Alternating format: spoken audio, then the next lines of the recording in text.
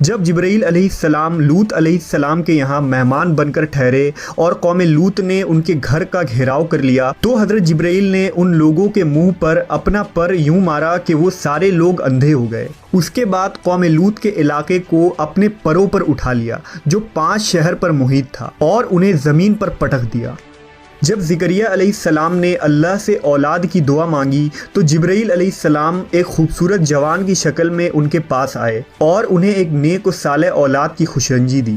حضرت عیسیٰ علیہ السلام کی پیدائش بھی جبرائیل علیہ السلام کے کلمہ کن سے ہوئی۔ مختصر یہ کہ پیغمبروں کے واقعات میں حضرت جبرائیل علیہ السلام کا ایسا کردار ہے گویا آپ نے دنیا کی تاریخ کو بدل ڈالا۔ تمام نبیوں کے پاس حضرت جبرائیل انسانی شکل میں آتے تھے، لیکن آخری نبی حضرت محمد صلی اللہ علیہ وسلم نے حضرت جبرائیل کو ان کی اصلی حالت میں دیکھا ہے۔ جبرائیل امین اور حضور صلی اللہ علیہ وسلم کی پہلی ملاقات کا واقعہ نہایت ہی دلچسپ ہے۔ دراصل حضور کو تنہائی پسند تھی اور آپ غار حرا میں جا کر عبادت کیا کرتے تھے، لہٰذا ایک دن غار حرا میں آپ عبادت میں مشغول تھے۔ اس اثنا میں آپ صلی اللہ علیہ وسلم کے پاس ایک فرشتہ آیا اور کہا پڑھو۔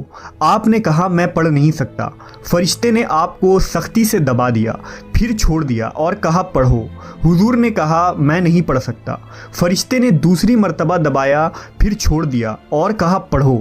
حضور نے کہا میں نہیں پڑھ سکتا۔ تیسری دفعہ اس فرشتے نے آپ کو پھر دبایا اور چھوڑ دیا اور کہا اپنے اس پروردگار کا نام لے کر پڑھو جس نے انسان کو پیدا کیا۔ اس کے بعد آپ صلی اللہ علیہ وسلم گھر واپس آئے۔ آپ کا دل لرز رہا تھا۔ آپ اپنی زوجہ حضرت خدیجہ کے پاس آئے اور کہا مجھے کمبل اڑا دو، لہٰذا انہوں نے آپ کو کمبل اڑا دیا۔ جب آپ کی گھبراہٹ کچھ کم ہوئی تو آپ نے حضرت خدیجہ کو سارا واقعہ بتایا۔ اس کے بعد حضرت خدیجہ آپ صلی اللہ علیہ وسلم کو اپنے چچا زاد بھائی ورقہ بن نوفل کے پاس لے گئیں۔ ورقہ ان لوگوں میں سے تھے جو موحد تھے اور اہل مکہ کے شرک و بت پرستی سے بیزار ہو کر نصرانی ہو گئے تھے اور انجیل کا عبرانی زبان سے عربی میں ترجمہ بھی کیا تھا۔ وہ بہت بوڑھے اور نابینا ہو چکے تھے۔ حضرت خدیجہ نے ان سے کہا کہ بھائی جان آپ اپنے بھتیجے کی بات سنیے۔ ورقہ بن نوفل نے کہا کہ بتائیے آپ نے کیا دیکھا؟ حضور نے غار حرا کا پورا واقعہ بیان فرما دیا۔ یہ سن کر ورقہ بن نوفل نے کہا یہ تو وہی فرشتہ ہے جس کو اللہ تعالیٰ نے حضرت موسیٰ کے پاس بھیجا تھا۔